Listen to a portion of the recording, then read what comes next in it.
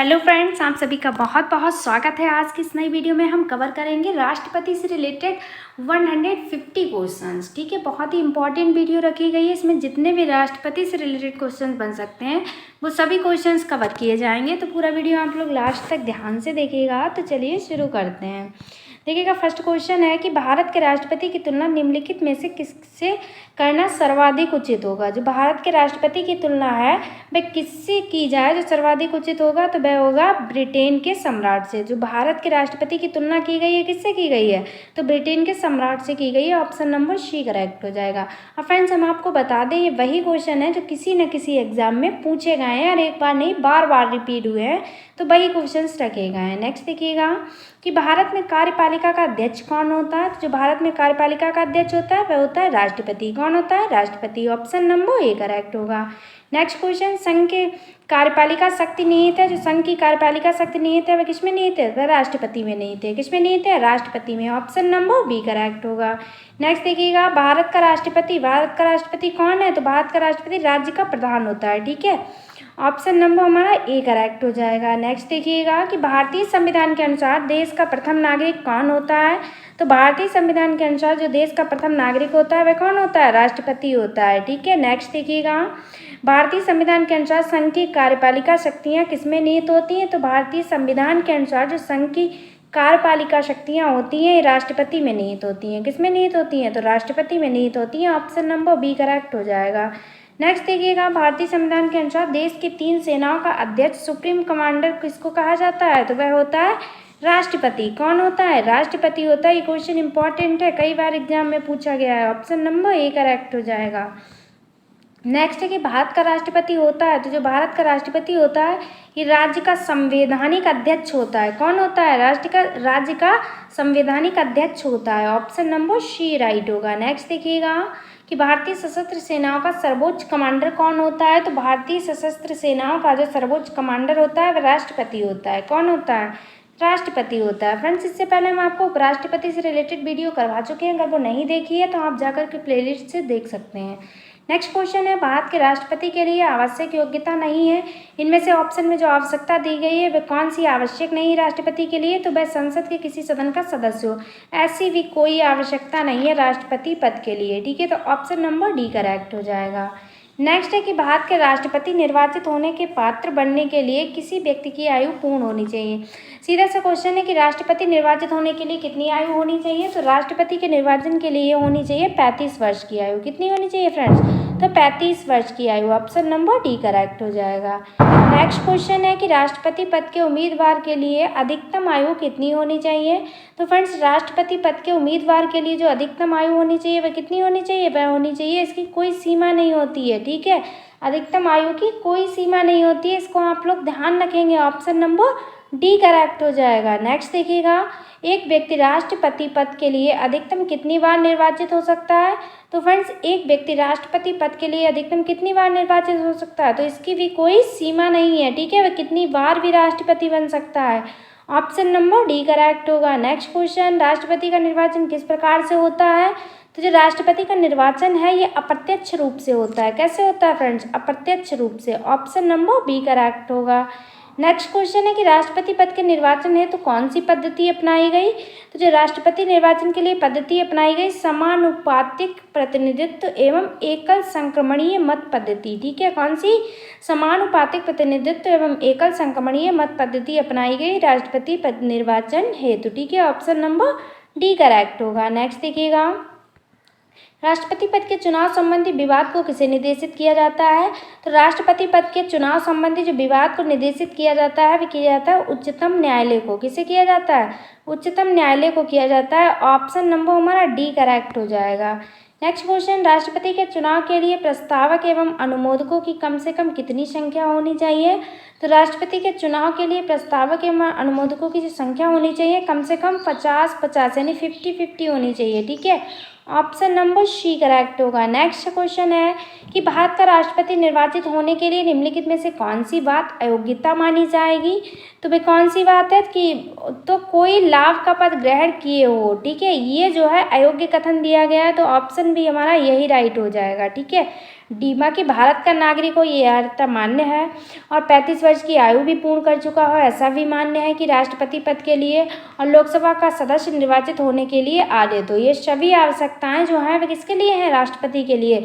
लेकिन कोई लाभ का पद ग्रहण किए हो, ऐसा कोई अर्हता नहीं दी गई है, इसलिए इस बात को अयोग्य माना जाएगा। नेक्स्ट देखिएगा, नेक्स्ट क्वेश्चन है कि भारत में राष्ट्रपति का चुनाव किया जाता है। भारत में राष्ट्रपति का चुनाव होता है, ये एकल हस्तांतरित मत पद्धति द्वारा किया जाता है। किसके द्वारा? एकल हस्तांतरित मत पद्धति द्वारा। Option number B correct. Next question, राष्ट्रपति पद का चुनाव संचालित किया जाता है। राष्ट्रपति पद का चुनाव कौन संचालित करता है? तो निर्वाचन आयोग द्वारा। किसके द्वारा? तो फ्रेंड्स इसे निर्वाचन आयोग द्वारा संचालित किया जाता है। ऑप्शन नंबर सी करेक्ट हो जाएगा। नेक्स्ट क्वेश्चन देखिएगा कि भारत में किसके चुनाव में अनुपातिक प्रतिनिधित्व चुनाव प्रणाली अपनाई गई है? तो भारत में किसके चुनाव में जो अनुपातिक प्रतिनिधित्व चुनाव प्रणाली अपनाई गई है? तो राष्ट्रपति के चुनाव में। ठीक है, ऑप्शन नंबर डी करेक्ट होगा। नेक्स्ट क्वेश्चन, राष्ट्रपति चुनाव संबंधी मामले किसके पास भेजे जाते हैं? तो जो राष्ट्रपति चुनाव संबंधी मामले होते हैं ये उच्चतम न्यायालय के पास भेजे जाते हैं। ऑप्शन नंबर सी करेक्ट हो जाएगा। नेक्स्ट देखिएगा, किस अनुच्छेद के तहत राष्ट्रपति तथा उपराष्ट्रपति के निर्वाचन से संबंधित विवाद का निर्णय उच्चतम न्यायालय द्वारा करने का प्रावधान संविधान में किया गया है? तो ये किस आर्टिकल में बात कही गई है? तो आर्टिकल 71 में कही गई है। ठीक है, ये क्वेश्चन भी वेरी वेरी इंपॉर्टेंट है, ऐसे क्वेश्चन एग्जाम में पूछे जाते हैं। तो आर्टिकल 71 में कहा गया है। नेक्स्ट क्वेश्चन, राष्ट्रपति पद के उम्मीदवारों को चुनाव प्रचार हेतु कितना समय मिलता है? तो राष्ट्रपति पद के उम्मीदवारों को चुनाव प्रचार हेतु कितना समय मिलता है? तो 2 सप्ताह का समय मिलता है। कितना? तो 2 सप्ताह यानी 2 वीक्स। ठीक है, नेक्स्ट देखिएगा, भारत के राष्ट्रपति का चुनाव कितने वर्षों के लिए होता है? तो जो भारत के राष्ट्रपति का चुनाव होता है 5 वर्षों के लिए होता है। ऑप्शन नंबर बी करेक्ट हो जाएगा। नेक्स्ट क्वेश्चन पूछा गया है कि किस अनुच्छेद के तहत राष्ट्रपति अपने पद ग्रहण करने की तिथि से 5 वर्ष की अवधि तक अपने पद पर बना रहता है?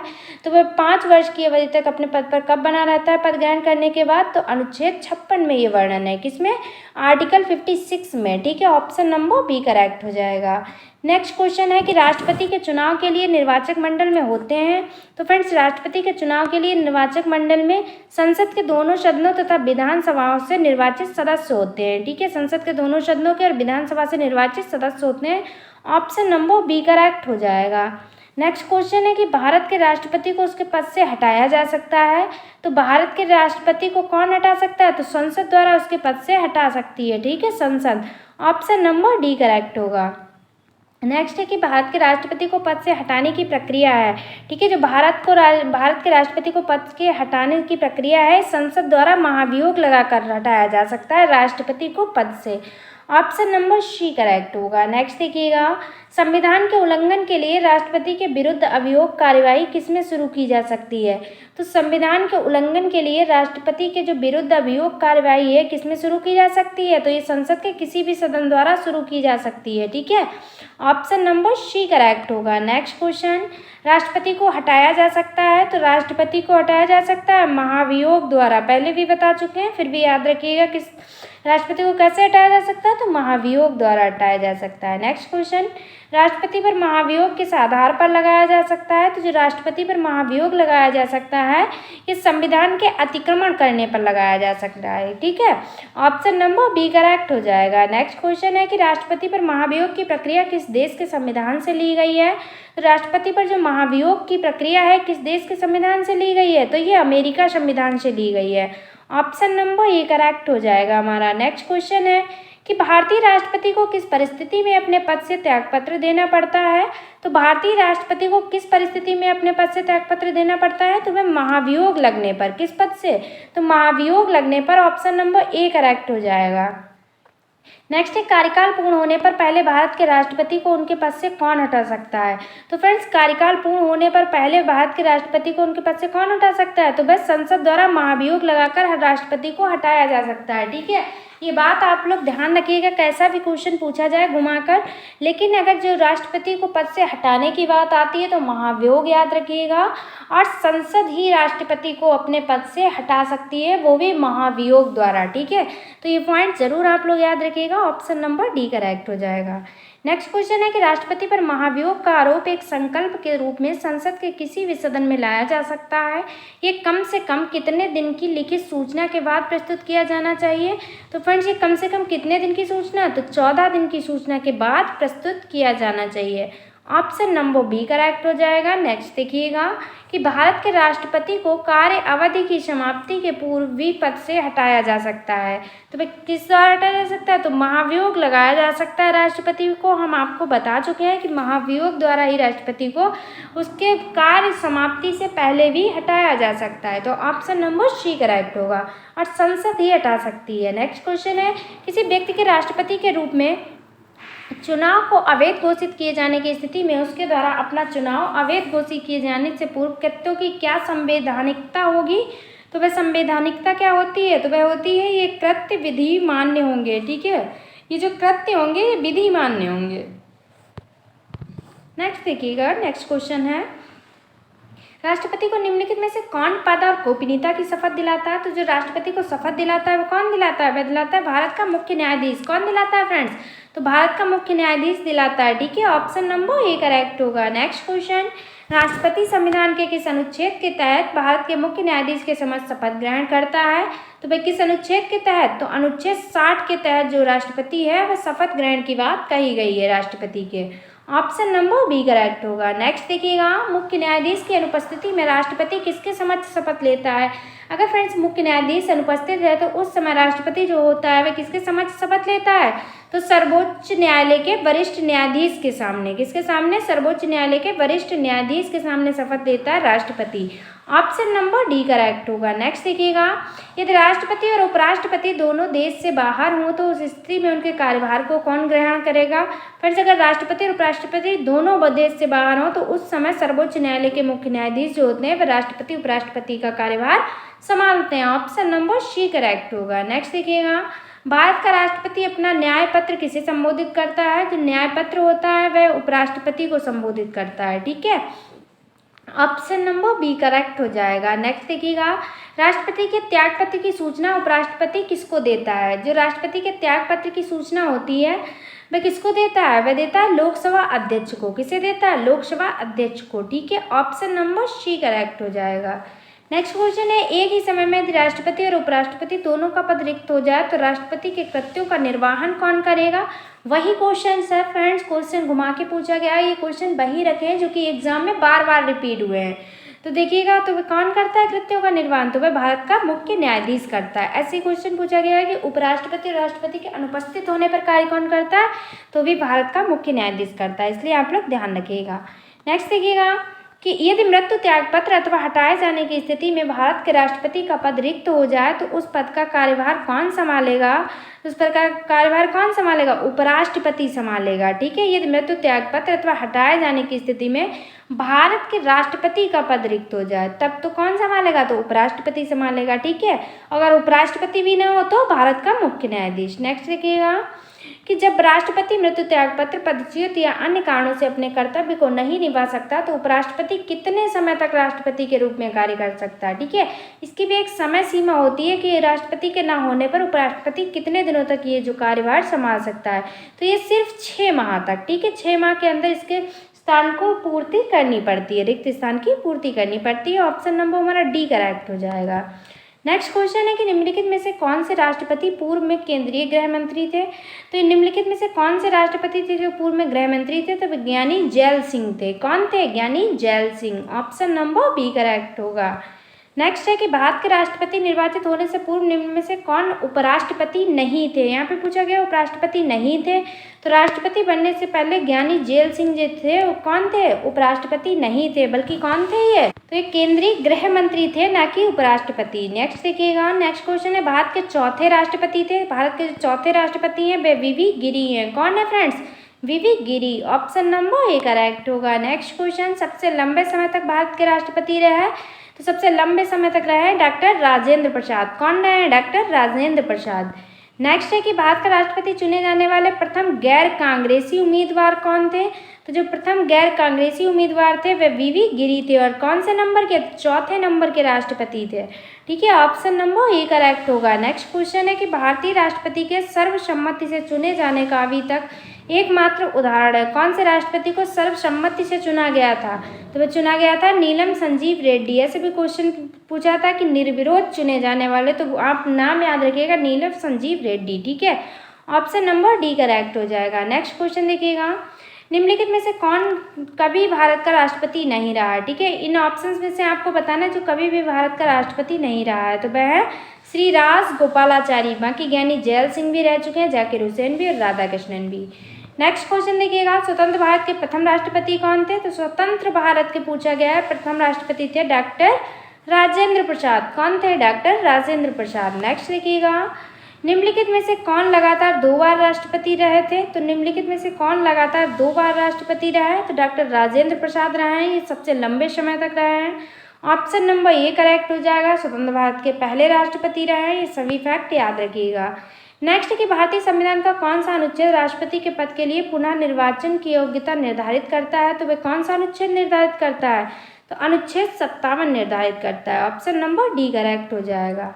नेक्स्ट है कि जनता पार्टी के शासन के दौरान भारत के राष्ट्रपति थे। जो जनता पार्टी के शासन के दौरान भारत के राष्ट्रपति कौन थे? तो वे थे एन संजीव रेड्डी। ठीक है, एन संजीव रेड्डी, नीलम संजीव रेड्डी इनका पूरा नाम है। ऑप्शन नंबर हमारा बी करेक्ट हो जाएगा। नेक्स्ट देखिएगा, भारत के किस राष्ट्रपति की मृत्यु कार्यकाल पूरा करने से पूर्व ही हो गई थी? जो कार्यकाल होता है उसे पूर्ण करने से पहले ही मृत्यु किसकी हुई थी? तो वह हुई थी डॉक्टर जाकिर हुसैन की। किसकी हुई थी फ्रेंड्स? तो डॉक्टर जाकिर हुसैन की। ऑप्शन नंबर सी करेक्ट होगा। नेक्स्ट क्वेश्चन, भारतीय संघ के प्रतिरक्षा बलों का सर्वोच्च समादेश निम्नलिखित में से किसमें निहित होता है? तो भारतीय संघ के प्रतिरक्षा बलों का सर्वोच्च जो समादेश होता है निम्नलिखित में से किसमें निहित होता है? तो ये राष्ट्रपति में निहित होता है। ऑप्शन नंबर बी करेक्ट होगा। नेक्स्ट क्वेश्चन है, निम्नलिखित में से भारत का राष्ट्रपति किसकी नियुक्ति नहीं करता है? तो जो भारत का राष्ट्रपति होता है ये उपराष्ट्रपति की नियुक्ति नहीं करता है। ऑप्शन नंबर ए करेक्ट हो जाएगा। नेक्स्ट देखिएगा, निम्नलिखित में से किसकी नियुक्ति भारत का राष्ट्रपति करता है? तो भारत का राष्ट्रपति जो है उपरोक्त सभी की नियुक्ति करता है। ऑप्शन नंबर डी करेक्ट होगा। भारत का महान न्यायवादी की नियुक्ति कौन करता है? राष्ट्रपति। नियंत्रक एवं महालेखा परीक्षक की भी नियुक्ति कौन करता है? तो वह राष्ट्रपति के द्वारा की जाती है। और एक राज्य का जो राज्यपाल होता है उसकी भी नियुक्ति राष्ट्रपति द्वारा होती है। तो ऑप्शन नंबर डी करेक्ट होगा, उपर्युक्त सभी की नियुक्ति। ठीक है, नेक्स्ट क्वेश्चन है, केंद्रीय मंत्रिमंडल के मंत्रियों की नियुक्ति कौन करता है? तो केंद्रीय मंत्रिमंडल के जो मंत्री होते हैं इनकी नियुक्ति प्रधानमंत्री की सलाह पर करता है, लेकिन कौन? तो राष्ट्रपति करता है। ऑप्शन नंबर सी करेक्ट हो जाएगा। नेक्स्ट, निम्नलिखित में से किसकी नियुक्ति भारत के राष्ट्रपति द्वारा नहीं होती है? तो भारत के राष्ट्रपति द्वारा किसकी नियुक्ति नहीं होती है? तो लोकसभा अध्यक्ष की नहीं होती है। ठीक है, ऑप्शन नंबर ए करेक्ट हो जाएगा। नेक्स्ट क्वेश्चन, भारत के राष्ट्रपति की मर्जी तक निम्नलिखित में से कौन अपने पद पर रह सकता है? तो भारत के जो राष्ट्रपति की मर्जी से वे पद पर कौन रह सकता है? तो वह राज्यपाल। ठीक है, ऑप्शन नंबर हमारा सी करेक्ट हो जाएगा। नेक्स्ट क्वेश्चन है, निम्नलिखित में से किसे राष्ट्रपति नियुक्त नहीं करता है? तो निम्नलिखित में से किसे राष्ट्रपति नियुक्त नहीं करता है? तो योजना आयोग को राष्ट्रपति नियुक्त नहीं करता है। ऑप्शन नंबर बी करेक्ट हो जाएगा। नेक्स्ट है कि वित्त बिल के लिए किसकी पूर्व स्वीकृति आवश्यक है? तो फ्रेंड, जो वित्त बिल होता है इसके लिए पूर्व स्वीकृति किसकी आवश्यक है? तो भारत के राष्ट्रपति की पूर्व स्वीकृति आवश्यक है। तो ऑप्शन नंबर सी करेक्ट होगा। नेक्स्ट क्वेश्चन, किसी भी अभियुक्त की फांसी की सज़ा को बदलने या कम करने का अधिकार किसे दिया गया है? तो किसी भी अभियुक्त की फांसी कम करने या सज़ा को बदलने का अधिकार है राष्ट्रपति में। और फ्रेंड्स, ये किसमें वर्णित है? तो ये अनुच्छेद 72 में वर्णित है, आर्टिकल 72 में। इसे आप लोग जरूर ध्यान रखिएगा, बहुत इंपॉर्टेंट है। नेक्स्ट क्वेश्चन है, राष्ट्रपति द्वारा संसद के दोनों सदनों के लिए कुल कितने सदस्यों को नामित किया जा सकता है? तो राष्ट्रपति द्वारा संसद के दोनों सदनों के लिए कुल कितने सदस्यों को नामित किया जा सकता है? तो 14 सदस्यों को। ऑप्शन नंबर ए करेक्ट हो जाएगा। नेक्स्ट है, भारत के राष्ट्रपति को यह अधिकार प्राप्त नहीं है कि वह न्यायालय के न्यायाधीश को हटाए। ये अधिकार किसके पास नहीं है? तो राष्ट्रपति के पास नहीं है। ठीक है, राष्ट्रपति को यह अधिकार नहीं दिया गया है कि न्यायालय के न्यायाधीश को हटा सके। ऑप्शन नंबर बी करेक्ट होगा। नेक्स्ट क्वेश्चन, किसी विधि के प्रश्न पर सर्वोच्च न्यायालय से परामर्श लेने का अधिकार किसको है? तो फ्रेंड्स, किसी विधि के प्रश्न पर सर्वोच्च न्यायालय से परामर्श लेने का जो अधिकार है ये राष्ट्रपति को है। किसे है? तो राष्ट्रपति को है। ऑप्शन नंबर बी करेक्ट हो जाएगा। नेक्स्ट क्वेश्चन है कि भारतीय संविधान का कौन सा अनुच्छेद राष्ट्रपति को उच्चतम न्यायालय से परामर्श करने की शक्ति प्रदान करता है। तो फ्रेंड, भारतीय संविधान का वह कौन सा अनुच्छेद है राष्ट्रपति को उच्चतम न्यायालय से परामर्श करने की शक्ति प्रदान करता है। तो वह अनुच्छेद 143 है। कौन सा है? अनुच्छेद 143। ऑप्शन नंबर सी करेक्ट होगा।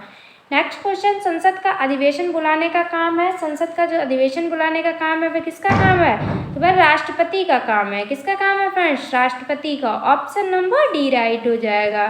नेक्स्ट क्वेश्चन, राष्ट्रपति को कौन सहाय एवं मंत्रणा देता है? ठीक है, जो सहाय होता है और मंत्रणा होती है वह राष्ट्रपति को कौन देता है? तो वह संघीय मंत्रिपरिषद देती है। कौन देता है? तो संघीय मंत्रिपरिषद। ऑप्शन नंबर हमारा डी करेक्ट हो जाएगा। नेक्स्ट है कि भारत के राष्ट्रपति ने आर्थिक संकट की घोषणा कब की थी? तो फ्रेंड्स, भारत के राष्ट्रपति ने जो आर्थिक संकट की घोषणा की थी वह कब की थी? वह कभी नहीं की थी। ठीक है, आर्थिक संकट जो हुआ है वह अभी तक भारत में लगा ही नहीं है। ठीक है, तो ये घोषणा कभी नहीं की गई है। क्वेश्चन बहुत ही कंफ्यूजन है, आप लोग ध्यान रखिएगा। ऑप्शन नंबर डी करेक्ट हो जाएगा हमारा। नेक्स्ट क्वेश्चन है कि विदेशों को भेजे जाने वाले विभिन्न संसदीय प्रतिनिधि मंडलों के लिए व्यक्तियों का नामांकन निम्नलिखित में से कौन करता है? तो विदेशों को भेजे जाने वाले विभिन्न संसदीय प्रतिनिधि मंडलों के लिए जो व्यक्तियों के नामांकन करता है वह कौन करता है? वह करता है राष्ट्रपति। कौन करता है? राष्ट्रपति। ऑप्शन नंबर सी करेक्ट हो जाएगा। नेक्स्ट है, भारत के निम्नलिखित में से किस मुख्य न्यायाधीश ने कुछ समय तक भारत के राष्ट्रपति के रूप में कार्य किया? तो वह कौन था जो न्यायाधीश था जिसने राष्ट्रपति के रूप में काम किया? तो वह न्यायमूर्ति एम हिदायतुल्लाह ने। ठीक है, जो न्यायमूर्ति एम हिदायतुल्लाह थे इन्होंने राष्ट्रपति के रूप में भी कार्य किया है। ठीक है, नेक्स्ट देखिएगा, निम्नलिखित में से कौन राष्ट्रपति का कार्य नहीं है? इनमें से बताना है जो राष्ट्रपति का कार्य नहीं है। तो वह है किसी सत्र के अंतर्गत लोकसभा बैठकें आहूत करना। ये किसका कार्य नहीं है? तो राष्ट्रपति का कार्य नहीं है। ऑप्शन नंबर डी करेक्ट होगा। नेक्स्ट क्वेश्चन है कि विदेशी देशों से सभी राजदूतों का कमिश्नरों के प्रत्यय पत्र किसके द्वारा प्राप्त किए जाते हैं? तो जो कमिश्नरों के प्रत्यय प्राप्त होते हैं ये किसके द्वारा? तो ये राष्ट्रपति द्वारा प्राप्त किए जाते हैं। सी, ऑप्शन नंबर सी करेक्ट होगा। नेक्स्ट देखिएगा, राष्ट्रपति किस विधेयक को पुनर्विचार के लिए नहीं लौटा सकता? तो किस विधेयक को पुनर्विचार के लिए नहीं लौटा सकता? तो धन विधेयक को। ठीक है, धन विधेयक को राष्ट्रपति जो है पुनर्विचार के लिए नहीं लौटा सकता है। ऑप्शन नंबर हमारा सी करेक्ट हो जाएगा। अब देखते हैं नेक्स्ट क्वेश्चन। नेक्स्ट क्वेश्चन है हमारा कि यदि राष्ट्रपति द्वारा किसी विधेयक को पुनर्विचार के लिए लौटाया जाता है तो वह किस वीटो का प्रयोग करता है? यदि राष्ट्रपति द्वारा किसी विधेयक को पुनर्विचार के लिए लौटा दिया जाता है उसके लिए कौन सा वीटो प्रयोग किया जाता है? तो निलंबनकारी वीटो। कौन सा वीटो? निलंबनकारी veto. Option number B correct होगा। नेक्स्ट है, राष्ट्रपति निम्न में से किस सूची के विषय पर अध्यादेश जारी कर सकता है? तो फ्रेंड्स, राष्ट्रपति निम्न में से किस सूची पर अध्यादेश जारी कर सकता है? तो वह संघ व समवर्ती सूची पर। किस पर? तो संघ व समवर्ती सूची पर। ऑप्शन नंबर डी करेक्ट हो जाएगा। नेक्स्ट क्वेश्चन है कि राष्ट्रपति किस सूची के विषयों पर अध्यादेश जारी नहीं कर सकता है? तो फ्रेंड्स, जो राष्ट्रपति होता है किस सूची के विषयों पर अध्यादेश जारी नहीं कर सकता है? तो ये राज्य सूची पर। ठीक है, ऑप्शन नंबर हमारा सी करेक्ट हो जाएगा। नेक्स्ट है कि निम्नलिखित में से किस परिस्थिति में राष्ट्रपति अध्यादेश जारी नहीं कर सकता?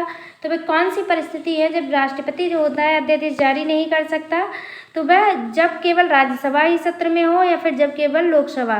तो इन दोनों स्थितियों में जो राष्ट्रपति होता है वह अध्यादेश जारी नहीं कर सकता। तो ऑप्शन नंबर सी करेक्ट होगा, जब दोनों सत्र में हो। ठीक है, नेक्स्ट क्वेश्चन है, जब कोई विधेयक संसद द्वारा पारित हो जाता है तो राष्ट्रपति का अधिकार है कि वह उसे तो जब कोई विधेयक संसद द्वारा पारित हो जाता है तो राष्ट्रपति का क्या अधिकार होता है कि वह उसे पुनर्विचार के लिए वापस भेज सकता है। ठीक है, ऑप्शन नंबर डी करेक्ट हो जाएगा हमारा। नेक्स्ट क्वेश्चन देखिएगा कि भारत के राष्ट्रपति संसद के दोनों सदनों को प्रथम सत्र के प्रारंभ में कब संबोधित करते हैं? तो भारत के जो राष्ट्रपति होते हैं संसद के दोनों सदनों को प्रथम सत्र में कब संबोधित करते हैं? तो फ्रेंड्स, ये संबोधित करते हैं प्रति वर्ष भी करते हैं तथा इसके साथ साथ में लोकसभा के लिए प्रत्येक आम चुनाव के बाद भी करते हैं। ठीक है, प्रतिवर्ष भी करते हैं और लोकसभा के लिए प्रत्येक आम चुनाव के बाद भी। तो ऑप्शन नंबर हमारा कौन सा करेक्ट होगा? ऑप्शन नंबर सी करेक्ट होगा, ए और बी दोनों। ठीक है, नेक्स्ट देखिएगा। नेक्स्ट क्वेश्चन है कि संविधान के अनुच्छेद 124 के अंतर्गत राष्ट्रपति निम्नलिखित में से क्या कर सकता है? तो आर्टिकल जो 124 के अंतर्गत जो राष्ट्रपति होता है सर्वोच्च न्यायालय के न्यायाधीशों की नियुक्ति करता है। ठीक है, ऑप्शन नंबर बी करेक्ट होगा। नेक्स्ट है किसी मृत्युदंड पाए अपराधी को क्षमादान करने की शक्ति निम्नलिखित में से किसके पास है। तो जो क्षमादान करने की शक्ति है ये किसे दी गई है, ये केवल राष्ट्रपति को है। ठीक है, किसको है, राष्ट्रपति को है। ऑप्शन नंबर ए करेक्ट हो जाएगा। नेक्स्ट क्वेश्चन है अप्रत्याशित व्ययों की पूर्ति के लिए निम्नलिखित में से कौन भारत की आकस्मिक निधि से धन निकाल सकता है।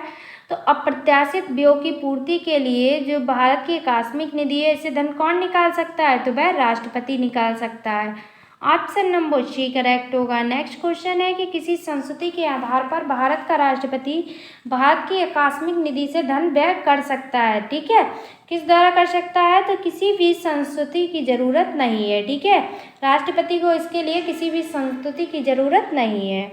ऑप्शन नंबर डी करेक्ट हो जाएगा। नेक्स्ट क्वेश्चन देखिएगा संविधान के किस अनुच्छेद के अंतर्गत राष्ट्रपति संघीय मंत्रिपरिषद की सलाह मानने के लिए बाध्य है। तो वह संविधान के किस अनुच्छेद में है, तो अनुच्छेद 74 के अंतर्गत। ठीक है, ऑप्शन नंबर ए करेक्ट होगा। नेक्स्ट क्वेश्चन युद्ध अथवा भारत पर आक्रमण होने की स्थिति में निम्नलिखित में से कौन अंतिम रूप से आक्रमणकारी के विरुद्ध युद्ध की घोषणा कर सकता है।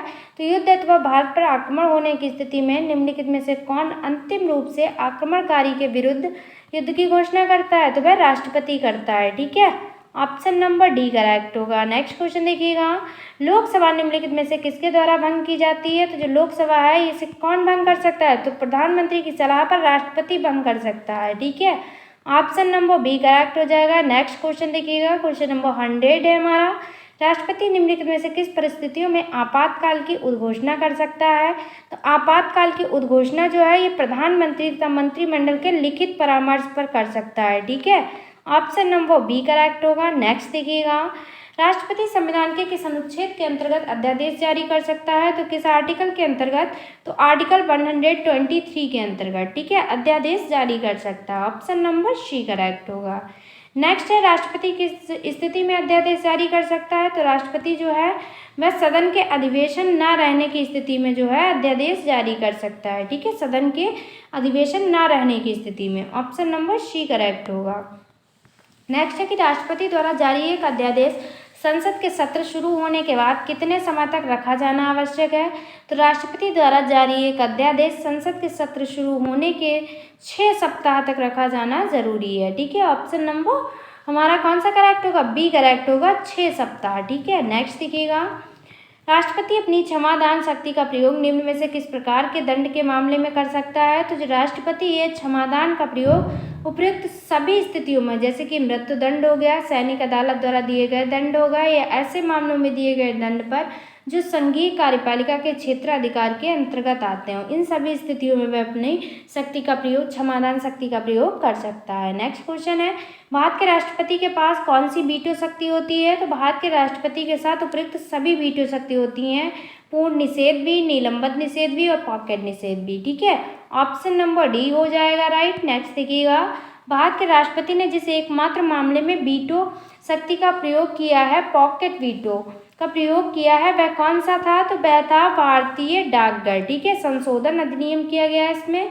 ऑप्शन नंबर सी करेक्ट हो जाएगा। नेक्स्ट देखिएगा राष्ट्रपति को लोकसभा में किन 2 सदस्यों को मनोनीत करने का अधिकार है। जो राष्ट्रपति के पास लोकसभा में 2 सदस्यों को मनोनीत करने का अधिकार है वह कौन से हैं। तो वह एंग्लो इंडियन है। ठीक है, एंग्लो इंडियन से 2 सदस्य मनोनीत करने का अधिकार किसके पास है, तो वह राष्ट्रपति के पास है। ऑप्शन नंबर बी करेक्ट हो जाएगा। नेक्स्ट है राष्ट्रपति और उपराष्ट्रपति की अनुपस्थिति में कौन कार्यभार ग्रहण करेगा। तो राष्ट्रपति और उपराष्ट्रपति की अनुपस्थिति में कौन करता है, सर्वोच्च न्यायालय का मुख्य न्यायाधीश। ये क्वेश्चन कई बार रिपीट हुआ है, इसे आप लोग ध्यान रखिएगा। ऑप्शन नंबर ए करेक्ट हो जाएगा। नेक्स्ट क्वेश्चन है लोकसभा द्वारा पारित विधेयक यदि राष्ट्रपति लोकसभा को पुनर्विचार के लिए लौटाता है और लोकसभा उस पर पूर्ववत पास करके राष्ट्रपति के पास भेज देती है, तो राष्ट्रपति विधेयक को अनुमति देगा। ठीक है, उसे अनुमति देनी होती है। ऑप्शन नंबर सी करेक्ट हो जाएगा। नेक्स्ट क्वेश्चन देखिएगा फिर से आप लोग। नेक्स्ट क्वेश्चन है हमारा कि अध्यादेश जारी करने का अधिकार राष्ट्रपति का कौन सा अधिकार है। जो अध्यादेश जारी करने का अधिकार है राष्ट्रपति का कौन सा अधिकार है, तो ये विधायी अधिकार है। ऑप्शन नंबर ए करेक्ट होगा। नेक्स्ट देखिएगा निम्नलिखित में से कौन सा राष्ट्रपति के निर्वाचन का भाग है परंतु उसके महाभियोग अधिकरण का भाग नहीं है। जो निर्वाचन का तो भाग है परंतु महाभियोग के अधिकरण का भाग नहीं है, तो वह है राज्यों की विधानसभाएं। ठीक है, ऑप्शन नंबर सी करेक्ट होगा। नेक्स्ट देखिएगा, राष्ट्रपति के उम्मीदवार के लिए क्या आवश्यक नहीं है? तो जो राष्ट्रपति के उम्मीदवार के लिए क्या आवश्यक नहीं है, तो पढ़ा लिखा होना कुछ इम्पॉर्टेंट नहीं रखता है, ठीक है, राष्ट्रपति के उम्मीदवार के लिए, ठीक है, अनपढ़ लोग जो भी हैं वे राष्ट्रपति बन सकते हैं। ऑप्शन नंबर हमारा बी करेक्ट हो जाएगा। नेक्स्ट देखिएगा कि राष्ट्रपति के निर्वाचन में राज्य का मुख्यमंत्री मतदान के लिए पात्र नहीं होता है यदि, तो राष्ट्रपति के निर्वाचन में राज्य का जो मुख्यमंत्री है मतदान के लिए पात्र नहीं होता है यदि वह राज्य विधानमंडल में उच्च सदन का सदस्य हो, ठीक है, ऑप्शन नंबर सी करेक्ट हो जाएगा हमारा। अब देखिएगा नेक्स्ट क्वेश्चन, भारत एक गणतंत्र है, इसका अर्थ क्या है? तो भारत जो है, भारत में वंशानुगत शासन नहीं है। ये क्वेश्चन एग्जाम में बहुत ही इंपॉर्टेंट है और पूछा भी जाता है, ठीक है। भारत जो है गणतंत्र, इसका अर्थ क्या है? तो भारत में वंशानुगत शासन नहीं है, ठीक है, इसका अर्थ यही निकलता है। नेक्स्ट क्वेश्चन, भारत में राष्ट्रपति चुना जाता है, भारत में राष्ट्रपति किसके द्वारा चुना जाता है? तो निर्वाचित सांसदों व विधानसभा के सदस्यों द्वारा चुना जाता है, ठीक है। जो निर्वाचित सांसदें होती है वह विधानसभा के सदस्य होते हैं, उनके द्वारा राष्ट्रपति का निर्वाचन होता है। ऑप्शन नंबर डी करेक्ट होगा हमारा। नेक्स्ट क्वेश्चन, राष्ट्रपति के चुनाव में विवाद होने पर किसकी सलाह ली जाती है? जो राष्ट्रपति के चुनाव में विवाद हो जाता है तो उस समय किसकी सलाह ली जाती है? तो वह सर्वोच्च न्यायालय की सलाह ली जाती है। ऑप्शन नंबर सी करेक्ट हो जाएगा। नेक्स्ट क्वेश्चन है कि राष्ट्रपति को भत्ते के अलावा प्रतिमाह कितना वेतन प्राप्त होता है? तो राष्ट्रपति को भत्ते के अलावा प्रतिमाह कितना वेतन मिलता है, बताइएगा आप लोग? 5 लाख रुपए। कितना मिलता है? तो 5 लाख रुपए, ठीक है, ऑप्शन नंबर हमारा ए करेक्ट हो जाएगा। नेक्स्ट एक क्वेश्चन है कि नामांकन के समय राष्ट्रपति पद के उम्मीदवार को जमानत के तौर पर कितना रुपया जमा करना पड़ता है? तो नामांकन के समय जो राष्ट्रपति पद के उम्मीदवार को जमानत के तौर पर रुपया जमा करना पड़ता है, वह कितना करना पड़ता है फ्रेंड्स? तो वह करना पड़ता है 15,000। कितना? तो 15,000। ऑप्शन नंबर सी करेक्ट हो जाएगा हमारा। नेक्स्ट क्वेश्चन है, राष्ट्रपति को पेंशन के रूप में आजीवन कितना रुपया प्रतिवर्ष मिलता है? राष्ट्रपति को पेंशन के रूप में आजीवन कितना रुपया मिलता है प्रतिवर्ष? तो वह मिलता है 9 लाख। कितना? 9 लाख। तो हमारा, ठीक है, ऑप्शन नंबर हमारा डी करेक्ट हो जाएगा, 9 लाख रुपए, ठीक है। नेक्स्ट क्वेश्चन है कि भारत का राष्ट्रपति किसका एक अभिन्न अंग है? तो जो भारत का राष्ट्रपति है किसका अभिन्न अंग है? तो ये संसद का अभिन्न अंग है। ऑप्शन नंबर ए करेक्ट हो जाएगा। नेक्स्ट क्वेश्चन है, एक विधेयक जो संसद में प्रस्तुत किया जाता है कौन सी क्रिया के बाद अधिनियम बन जाता है? तो एक विधेयक जो संसद में प्रस्तुत किया जाता है कौन सी क्रिया के बाद अधिनियम बन जाता है? तो ये जब राष्ट्रपति अपनी सहमति देता है तब ये अधिनियम बन जाता है। ऑप्शन नंबर बी राइट हो जाएगा। नेक्स्ट क्वेश्चन है कि जब राष्ट्रपति एवं उपराष्ट्रपति का पद खाली हो तो भारत के राष्ट्रपति के पद पर कौन काम करता है? ये क्वेश्चन बहुत ही इंपॉर्टेंट है। तो फ्रेंड्स, जब राष्ट्रपति और उपराष्ट्रपति दोनों का पद खाली होता है उस समय भारत का मुख्य न्यायाधीश काम करता है। ऑप्शन नंबर बी करेक्ट हो जाएगा। नेक्स्ट क्वेश्चन है, भारत के निम्नलिखित राष्ट्रपतियों में से कौन एक कुछ समय के लिए गुटनिरपेक्ष आंदोलन के महासचिव भी थे? तो वे कौन थे? तो वह थे ज्ञानी जैल सिंह। कौन थे? ज्ञानी जैल सिंह थे, ठीक है, ऑप्शन नंबर सी राइट होगा हमारा। नेक्स्ट है कि 2 अवधि के लिए भारत के राष्ट्रपति कौन थे? तो फ्रेंड्स, जो 2 अवधि के लिए लगातार भारत के राष्ट्रपति बने थे वे कौन थे? डॉक्टर राजेंद्र प्रसाद थे, ठीक है। ये स्वतंत्र भारत के पहले राष्ट्रपति भी थे, इस बात को आप लोग याद रखिएगा, ठीक है। और ये लंबे समय तक कार्यरत रहने वाले भी राष्ट्रपति कौन है? Doctor Rajendra Prasad. Next question है कि लाभ के पद का निर्णय कौन करेगा? जो लाभ के पद का निर्णय करता है ये संघीय संसद करती है। ऑप्शन बी करेक्ट हो जाएगा। नेक्स्ट क्वेश्चन, निम्नलिखित में से किसी भौगोलिक क्षेत्र को अनुसूचित क्षेत्र घोषित करने का जो संवैधानिक अधिकार है ये किसको है? तो निम्नलिखित में से किसी भी भौगोलिक क्षेत्र को अनुसूचित क्षेत्र घोषित करने का जो संवैधानिक अधिकार है ये राष्ट्रपति को दिया गया है। ऑप्शन नंबर डी करेक्ट हो जाएगा। नेक्स्ट क्वेश्चन है कि भारतीय संविधान के 70वें संशोधन द्वारा भारत के राष्ट्रपति के चुनाव में जिन 2 केंद्र शासित प्रदेशों को भाग लेने का अधिकार दिया गया वे 2 केंद्र शासित प्रदेश कौन कौन से थे? तो वह दिल्ली तथा पुदुचेरी था। कौन थे? तो दिल्ली तथा पुदुचेरी। ऑप्शन नंबर हमारा बी करेक्ट होगा। नेक्स्ट देखिएगा कि भारतीय गणतंत्र का वह कौन सा राष्ट्रपति था जो सदा भारतीय धर्मनिरपेक्षता को सर्वधर्म समभाव कहता था, ठीक है। भारतीय गणराज्य का वह कौन सा राष्ट्रपति था जो भारतीय धर्मनिरपेक्षता को सर्वधर्म समभाव कहता था? तो वह कौन था? वह थे डॉक्टर एस राधाकृष्णन। कौन थे? Doctor S Radhakrishnan. Option number ए राइट होगा हमारा। नेक्स्ट देखिएगा, भारत सरकार का संवैधानिक अध्यक्ष कौन है? तो भारत सरकार का जो संवैधानिक अध्यक्ष होता है वह कौन है? वो है राष्ट्रपति। कौन है? राष्ट्रपति। ऑप्शन नंबर ए करेक्ट होगा। नेक्स्ट क्वेश्चन, भारत के पहले राष्ट्रपति के रूप में डॉक्टर राजेंद्र प्रसाद का चुनाव किया गया था। ठीक है, तो किसके द्वारा? संविधान सभा द्वारा किया गया था। ऑप्शन नंबर हमारा सी करेक्ट हो जाएगा। नेक्स्ट क्वेश्चन, यदि भारतीय उपराष्ट्रपति अपना पद त्याग करने का निर्णय लेते हैं तो वह अपना त्याग पत्र किसे संबोधित करके लिखेंगे?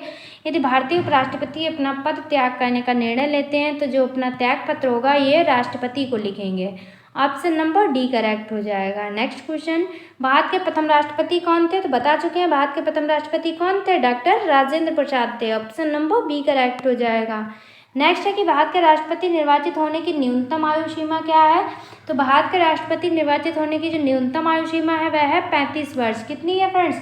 तो 35 वर्ष है। ऑप्शन नंबर सी करेक्ट होगा।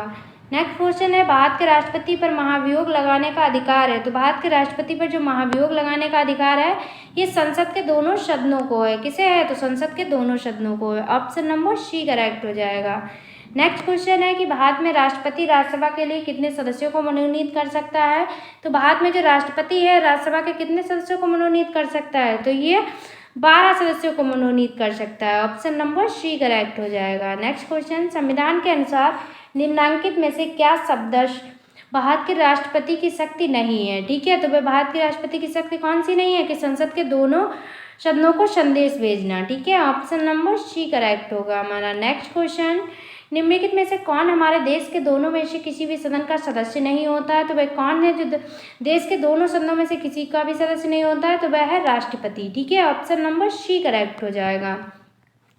नेक्स्ट क्वेश्चन है कि भारत में केंद्रीय मंत्रियों को गोपनीयता की शपथ किसके द्वारा दिलाई जाती है? तो जो केंद्रीय मंत्रियों को गोपनीयता की शपथ दिलाई जाती है ये भारत के राष्ट्रपति द्वारा दिलाई जाती है। ऑप्शन नंबर बी करेक्ट होगा। नेक्स्ट क्वेश्चन, युद्ध की घोषणा या शांति का फैसला करने में कानूनी रूप में से सक्षम है। तो युद्ध की घोषणा या शांति का फैसला करने से जो कानूनी रूप में सक्षम है वो कौन है? राष्ट्रपति है। ऑप्शन नंबर ए करेक्ट होगा। Next question, doctor Rajendra Prasad कितने वर्ष तक राष्ट्रपति रहे?